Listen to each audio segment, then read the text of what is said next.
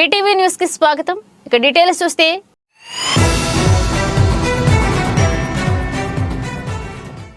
Amalapuram division postal శాఖ ఆధ్వర్యంలో విద్యార్థుల చెంతకే ఆధార్ సేవలు అందిస్తున్నట్లు Amalapuram division postal superintendent S Srikar Babu తెలిపారు. ఇంత చక్కటి అవకాశాన్ని విద్యార్థులందరూ తప్పక వినియోగించుకోవాలని పోస్టల్ శాఖ తరపున శ్రీకర్ బాబు పిలుపునిచ్చారు. ఆధారాల్లోని బయోమెట్రిక్ అప్డేట్, మార్పులు, చేర్పులు మొదలైన సేవలను నేరుగా విద్యార్థులకు పాఠశాలల్లోనే చేసేందుకు శ్రీకారం చుట్టామన్నారు.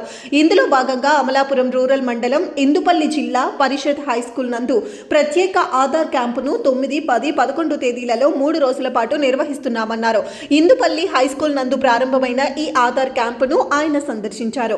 అలాగే విద్యార్థులకు సంబంధించిన ఆధార్ సేవలు ముగిసిన అనంతరం వారి కుటుంబ సభ్యుల ఆధారాల్లో మార్పులు చేర్పులను కూడా అవకాశం ఉందని, ఈ అవకాశం ప్రతి ఒక్కరూ సద్వినియోగం చేసుకోవాలని కోరారు. ప్రతిరోజు డివిజన్లలోని కొన్ని చోట్ల ఈ ప్రత్యేక ఆధార్ క్యాంపులు ఉంటాయని, ఇందుపల్లి హైస్కూల్స్ ఆధార్ క్యాంపు నిర్వహించేందుకు సహకరించిన ప్రధాన ఉపాధ్యాయురాలు మరియు ఇతర ఉపాధ్యాయ బృందానికి పోస్టల్ సూపరింటెండెంట్ శ్రీకర్ బాబు ధన్యవాదాలు తెలిపారు. నేను అంబేద్కర్ కోనసీమ జిల్లా అమలాపురం డివిజన్ తపాలా శాఖ తరఫున సూపరింటెండెంట్గా పనిచేస్తున్నాను. మరి ఈ ఇందుపల్లి జడ్పీహెచ్ స్కూల్లో మరి మాస్టర్ కోరిక మేరకు ఈ విద్యార్థుల అవసరార్థం ఎంతో విలువైన ఆధార్ క్యాంప్ని భారత్ తపాలా శాఖ అమలాపురం డివిజన్ తరఫున మొబైల్ కిట్ ద్వారా ఇవాళ ఇక్కడ పెట్టడం జరిగింది.